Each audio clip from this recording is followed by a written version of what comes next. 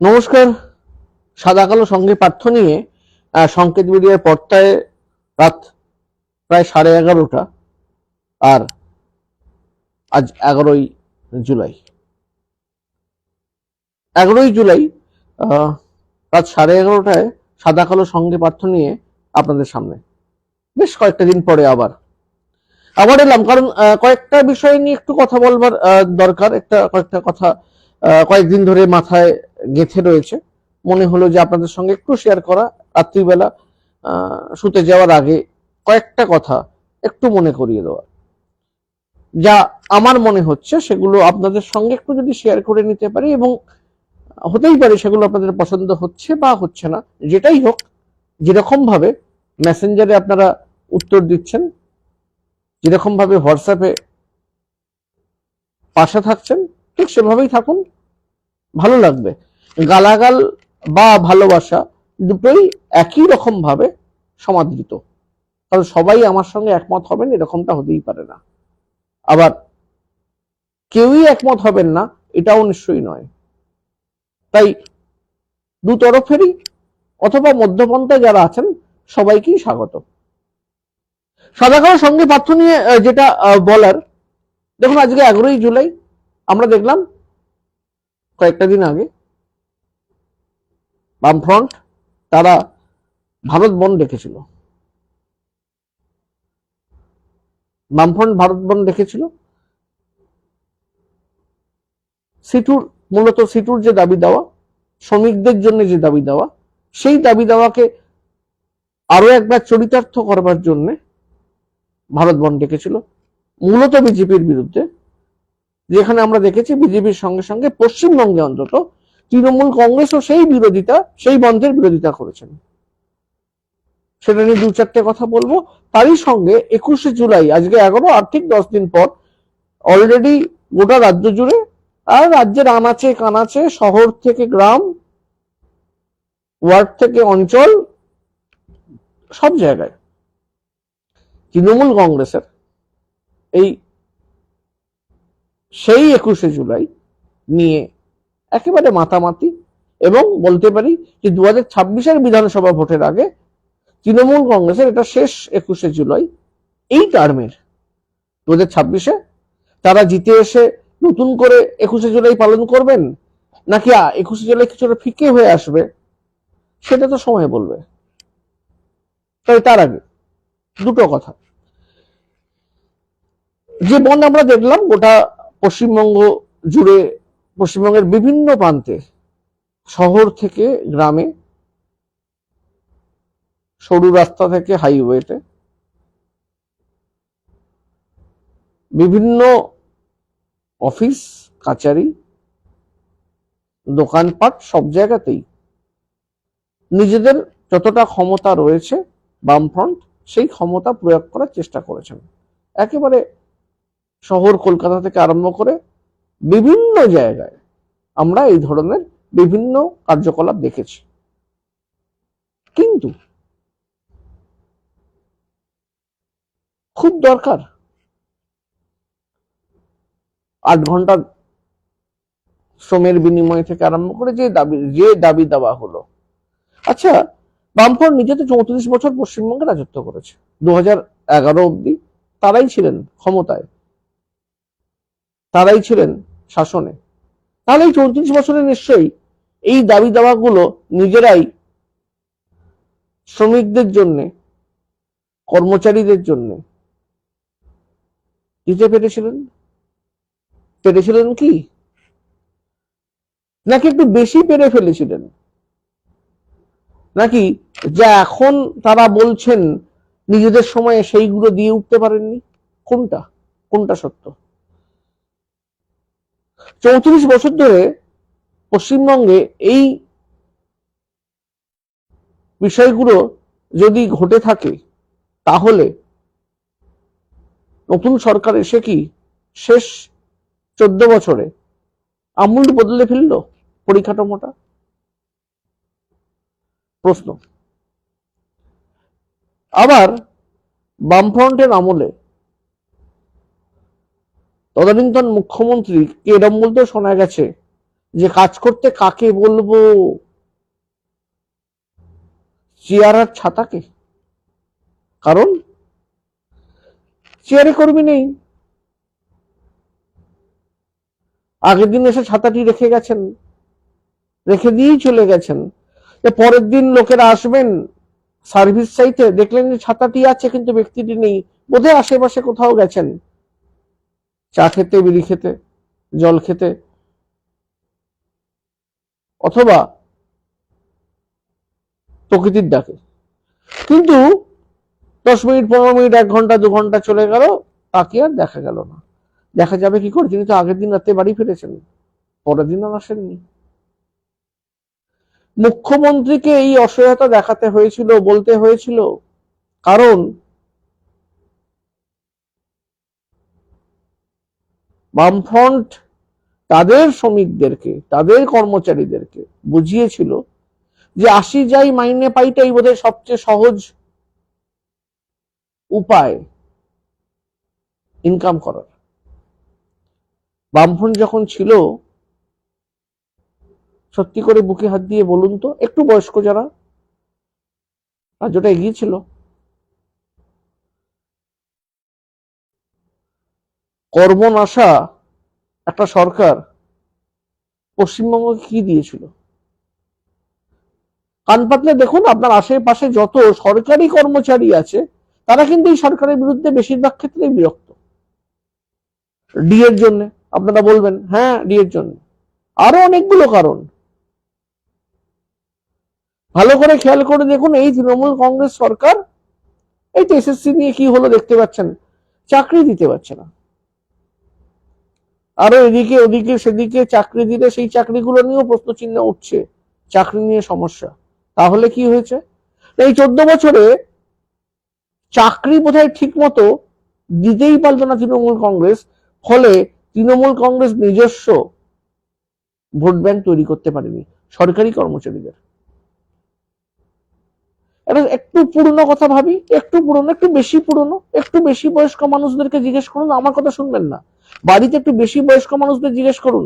আগেকার দিনে টিচারদের সঙ্গে মেয়ের বিয়ে দিত না, টিচারদের সঙ্গে মেয়ের বিয়ে দিত না, কারণ মাইনে এত কম ছিল যে টিচার, শিক্ষক খাওয়াতে পারবে না, নিজেই খেতে পায় কিনা, কি খাওয়াবে? বামফ্রন্ট এসে প্রথম যে কাজটা করলো, একেবারে রাজ্যের এই মাথা থেকে ও মাথা, মানে কুচবিহার থেকে কাকদ্বীপ, একটা বড় ভোট ব্যাংক হচ্ছে সরকারি স্কুলের শিক্ষকদের মাইনে বাড়িল। 1 লাফে মাইনে বেড়ে গেল। একটা বড় ভোট ব্যাংক বামফ্রন্টের দিকে ঝুঁকে পড়লো বা ঢলে পড়লো, সবাই জানি আমরা। একটু জিজ্ঞেস করবেন পুরোনোতে। আজকে একটু কান পেতে দেখুন, একটা বেশিরভাগ সংখ্যক শিক্ষক এখনো বামপন্থী। কেন?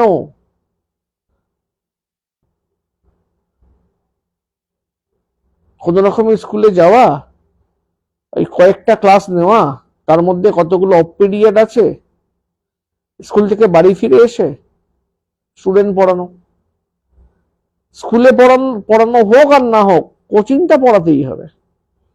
রাত্রিবেলা ঘুমিয়ে পড়ার পর সকালে উঠেও একটা দুটো ব্যাচ ওই বাজার যাওয়ার ফাঁকে যদি পড়িয়ে নেওয়া যায়, তাহলে তো সোনায় সোহাগা। অসুবিধে কোথায়? অঢেল ইনকাম। একটা সময় নিয়ম করতে হলো যে সরকারি শিক্ষকদের বাড়িতে টিউশন বন্ধ করতে হবে।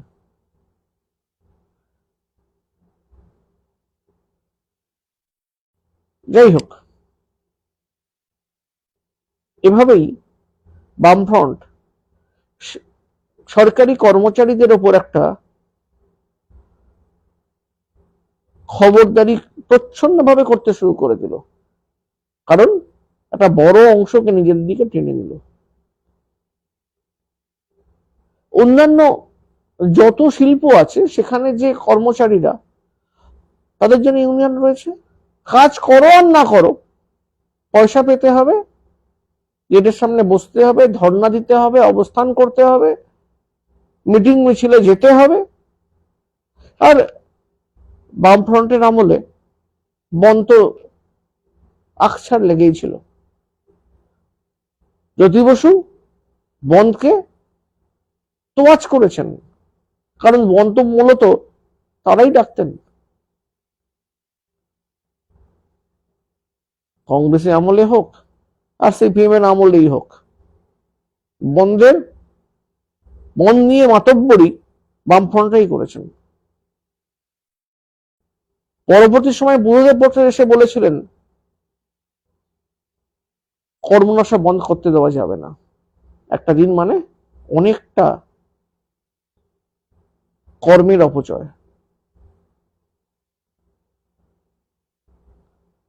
বুদ্ধদেব ভট্টাচার্য নেই,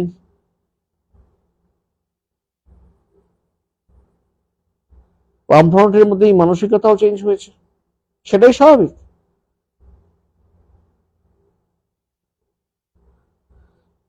তারা কোনোদিন এগোনোর পক্ষে ছিলেন না, তারা যে কোনো কিছুর অবরোধ করার ক্ষেত্রে মাহির হয়ে থেকেছেন।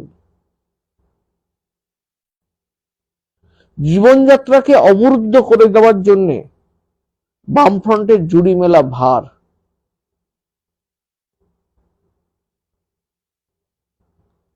কর্মনাশা, সংস্কৃতি নাশা, সাধারণ মানুষের সুযোগ সুবিধে কিভাবে বন্ধ করা যায়, নাশ করা যায়, কি করে মানুষকে অসুবিধায় ফেলা যায়, তার জন্য বামফ্রন্টের জুড়ি মেলা ভার। শুনতে খারাপ লাগছে হয়তো, বুকে হাত দিয়ে ভাববেন, কিছু বস্তা পচা বড় বড় বুকনি ছাড়া, যে বুকনির বাস্তব সারবত্তা কিচ্ছু নেই, কিচ্ছু নেই, সেই বুকনিগুলো শুনতে ভালো লাগে, মনে আহা রক্ত গরম হয়ে যায়, মনে হয় যে তাই দিয়ে জীবন চালিয়ে নেব। নরকেও ঠাঁই হয় না। যাই হোক, তো সেই বন্ধের কিছু চিত্র দেখলাম,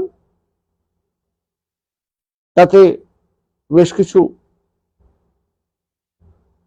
তথাকথিত বুদ্ধিজীবী যারা রোজ সন্ধেবেলায় সেজে গুজে পারফিউম লাগিয়ে মুখে ক্রিম মেখে চ্যানেলে বসেন, বড় বড় কথা বলেন, কিন্তু তারা নিজেরাও জানেন যে ভোটে দাঁড়ালে কিন্তু হারবেন, ভোট ব্যাংক তাদের শূন্য। আসলে এই যে একটা কথা হচ্ছে না যে এবারে প্রচুর লোক বেরিয়েছে, পথে নেমেছে, তারা চেষ্টা করছে, এবার চলো পাল্টাই। আসলে বামফ্রন্টের একটা ফিক্সড ভোট ব্যাংক আছে, তারাই মাঠে নামে, তারাই হল্লা করে, তারাই রাত জাগে, তারাই দিনের কাজ বন্ধ করে, তারাই ভোট দেয়, পুরোটাই ফিক্সড। যে পরিমাণ মানুষকে আমরা মাঠে নামতে দেখেছেন, তার থেকে অল্প কিছু পার্সেন্ট ভোট তাদের হয়তো বাড়বে, বেশিরভাগটাই মাঠে নেমে গেছে। Where is the floating voter?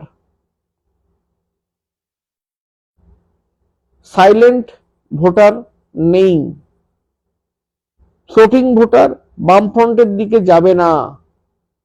বামফ্রন্ট তার শক্তি মাঝে মাঝে দেখাবে, চ্যানেলগুলো এসে বসবে, সামাজিক মাধ্যমগুলোয় বিভিন্ন রকম কথাবার্তা বলে রক্ত গরম করবে, সমাজ মাধ্যমগুলোয় রেনেসার পর রেনেসা, বিপ্লবের পর বিপ্লব, যার কোনো বাস্তব ভিত্তি নেই। তাই বামফ্রন্টের এই বন্ধ 26-এর আগে এক ফোঁটাও গুরুত্ব পাওয়ার জায়গায় নেই। পাওয়ার জায়গায় থাকলে ওই দিনই রাতে লাইভ করতাম, করিনি, প্রয়োজন নেই। সেদিন করা মানে একটু বেশি গুরুত্ব দিয়ে ফেলা। আপনি যদি বলেন তাহলে কি আমি বাম বিরোধী? কর্মনাশা দলের বিরোধী, কর্মনাশা মানুষদের বিরোধী, সমাজকে এগিয়ে নিয়ে যাওয়ার বিরুদ্ধে যারা, আমি তার বিরোধী।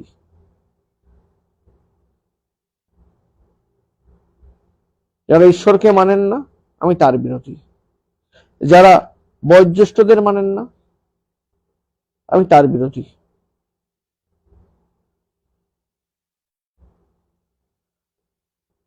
আমি ইচ্ছা করে কথাটা বললাম, প্রশ্ন উঠতে পারে যে আমি ঈশ্বর বিরোধী কেন, ঈশ্বর বিরোধীদের বিরোধী কেন? ঈশ্বর তো দেখিনি। আপনি কি দেখেছেন? না, আমিও দেখিনি। যে মূর্তি বা অবয়ব আমরা দেখতে পাই সেগুলো তো কাল্পনিক, আমরাও দেখিনি। কিন্তু আমি তো আমার ঠাকুরদাদার বাবাকেও দেখিনি, ঠাকুরদাদার বাবার বাবাকেও দেখিনি, ঠাকুরদাদার বাবাকে দেখিনি। আমার ঠাকুরদাদা কিন্তু তার ঠাকুরদাদার বাবাকে দেখেননি। তাহলে আমি আমার মুখে, আমার ঠাকুরদাদার মুখে যাকে আমি দেখেছি তার বাবার কথা শুনেছি, তার ঠাকুরদাদার বাবার কথা কিন্তু শুনিনি, তিনিও দেখেননি। তাহলে আমি কেন বিশ্বাস করব? করি তো।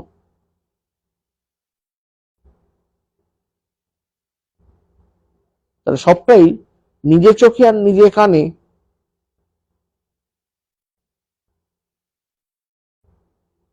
যার বাস্তবিক ভিত্তি নেই।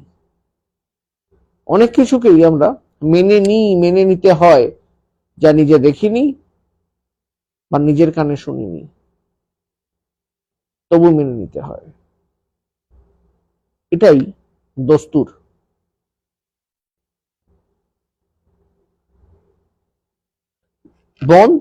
বন্ধের মতো কেটে গেছে, কোনো একদিন হয়তো বনটাও বন্ধ হয়ে যাবে। হ্যাঁ, বনটাও বন্ধই হয়ে যাবে। কমে গেছে অনেক। খেয়াল করে দেখুন তো, ৭৭ থেকে ২০০১ এই সময়কালে বছরে কটা বন্ধ হতো, এখন বছরে কটা বন্ধ হয়? পার্থক্য রয়েছে। তবে তার মানে এই নয় যে যারা ২১শে জুলাই নিয়ে পাড়ায় পাড়ায় হয়তো এখনো মিটিং করছেন, তাদের জন্য পথটা খুব মসৃণ। কেন? তারাও কি খুব ঠিক পথে আছেন? এই যে শুরু করলাম যেটা দিয়ে, কেন এসএসসি বাতিল হয়ে গেল, তাই নিতে হবে না? তৃণমূল কংগ্রেস তার দায় এড়াতে পারে? সরকারে থাকা দল তারা এড়াতে পারেন? পারেন না।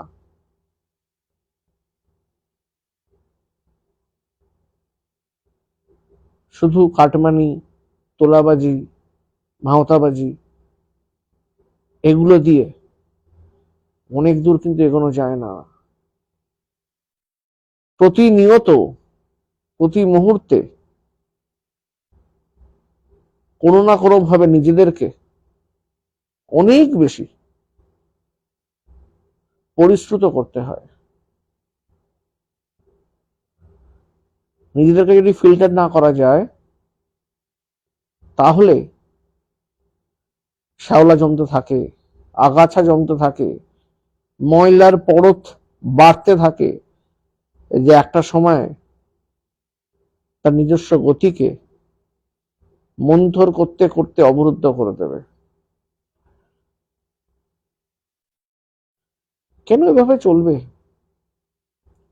তৃণমূল ভাববে না?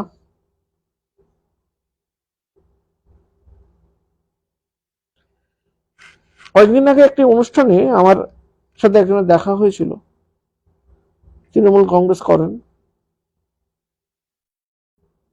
তিনি বলছেন দলটা করতে আর ভালো লাগে না, সব জায়গায় খালি কমিশনার পার্সেন্টেজ দিতে হয়, এটা কাটমানির গল্প।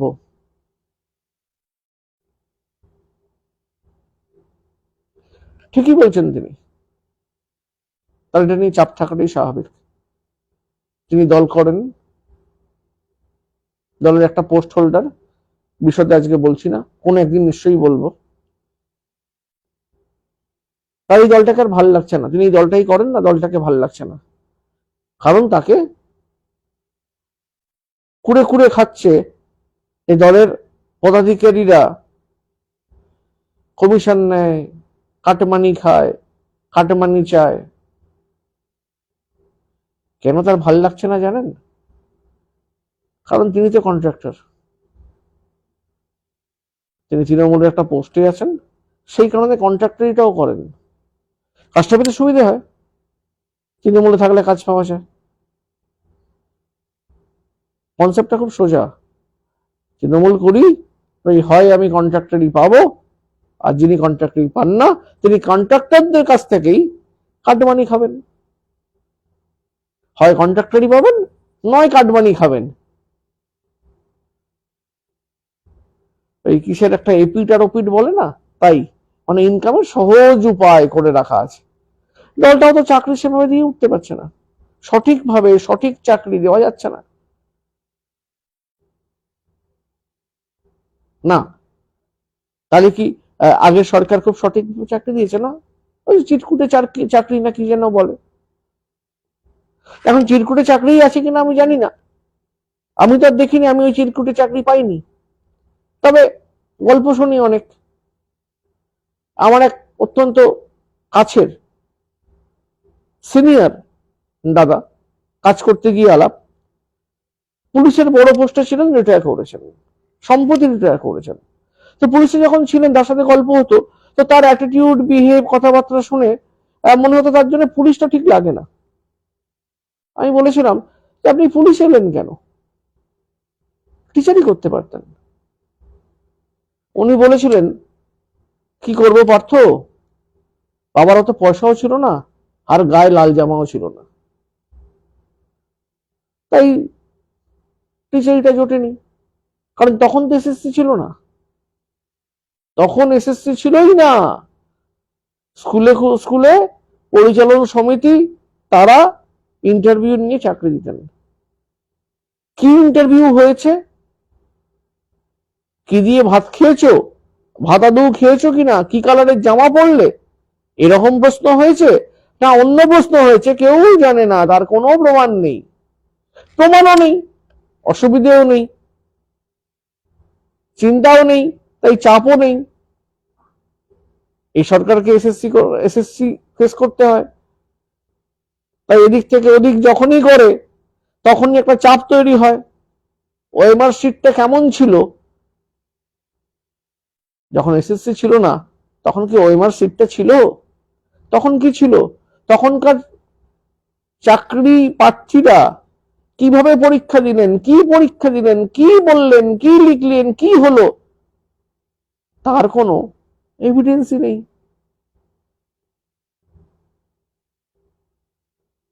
পাড়ার সিপিএম এর নেতারা, বামফ্রন্টের কর্মীরা, মনোভাবাপন্নরা বড় বড় লেকচার মারেন, তাদেরকে ধরাই যায়নি। তারা কিছু প্রমাণ করতে পেরেছে, প্রমাণ করার রয়েছেটা কি? প্রমাণ করার কিছু তো নেই।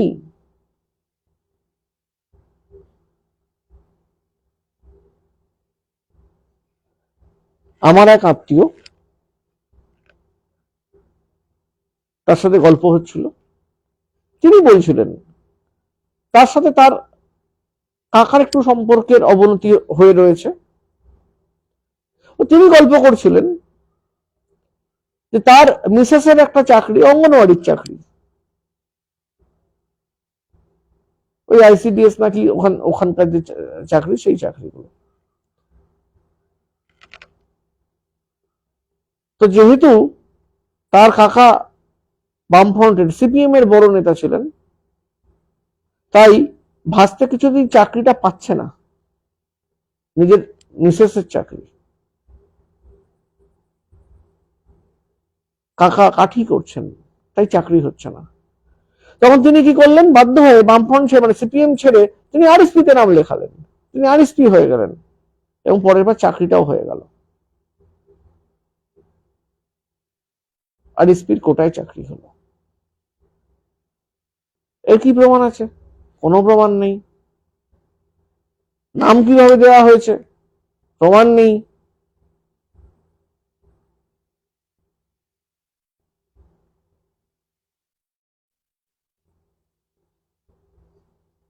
একটু ভাবছেন আপনারা? এরকম মুহুর্মুহু ঘটনার ঘন ঘটা আছে। বলতে শুরু করলে রাত খাবার, খুব ছোট ছোট করে অল্প কথা বললাম। পরবর্তীতে হাটে অনেক হাঁড়ি ভাঙবো, একটু সবুর করুন। সবে শুরু করেছি তো, হাটে হাঁড়ি ভাঙবই। অনেক কথা বলার বাকি আছে, কাউকে রেয়াত করব না। Trinamool, BJP, CPM, RSP, Congress, যেখানেই গন্ডগোল সেখানেই আঙুল দিয়ে দেখাবো। ভালো লাগলে দেখবেন, ভালো না লাগলেও দেখতে বাধ্য হবেন। ভালো থাকবেন সবাই। অনেক রাত হলো, সাবধানে থাকুন, ভালো থাকুন সবাই। দেখা হবে আবার পরের অন্য কোনো এপিসোডে, সরাসরি সাদা কালো সঙ্গে পার্থ নিয়ে। আজকের মতো শুভরাত্রি।